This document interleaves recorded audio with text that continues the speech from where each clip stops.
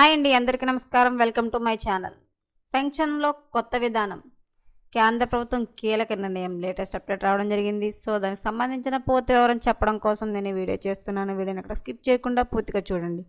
అప్పుడే నేను చెప్పే సమాచారం మీకు బాగా అర్థమవుతుంది. అలాగే వీడియో నచ్చితే కనుక వీడియోకి లైక్ ఇచ్చి మా ఛానల్ సపోర్ట్ చేయండి ఫ్రెండ్స్. కొత్తగా ఎవరైనా మా ఛానల్ చూస్తున్నట్లయితే కనుక తప్పకుండా సబ్స్క్రైబ్ చేసుకోండి. అప్పుడే నేను పెట్టే మరిన్ని అప్డేట్స్ అన్ని నోటిఫికేషన్కి అయితే వస్తాయి. అలాగే ఈ వీడియోని లైక్ చేయడం వల్ల వీడియో కొంతమందికి రీచ్ అయ్యి ఇన్ఫర్మేషన్ మరికొంతమందికి అయితే రీచ్ అవుతుంది. సో లేట్ చేయకుండా వివరాలు ఏంటో చూద్దాం.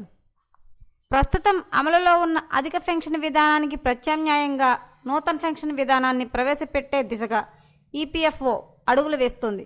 ఈ కొత్త ప్రతిపాదన వల్ల విశ్రాంత ఉద్యోగులకు పెన్షన్ ప్రయోజనాలు తగ్గే అవకాశం ఉంది.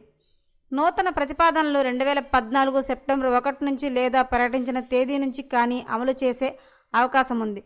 సమాచార హక్కు చట్టం ద్వారా సురజిత్ భట్టాచార్య అడిగిన ప్రశ్నకు గత వారం వచ్చిన సమాధానంతో ఈ నూతన ప్రతిపాదనల సమాచారం వెలుగులోకి వచ్చింది. నూతన పథకానికి సంబంధించిన ప్రతిపాదన పత్రాలను 2024 డిసెంబర్లోని EPFO central board of trust chairman అయిన కేంద్ర కార్మిక శాఖ మంత్రికి సమర్పించారు.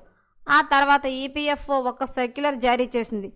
ప్రభుత్వ ఆమోదం లభించిన వెంటనే ప్రోరేట్ పద్ధతిని అమలు చేస్తామని, అధిక పెన్షన్లు పొందుతున్న వారికి పెన్షన్ చెల్లింపుల్లో భారీ తగ్గుదల ఉంటుందని దానిలో పేర్కొంది. ఈ మొత్తానికి కార్మిక శాఖ అండర్ సెక్రటరీ ఆమోదం కూడా లభించింది.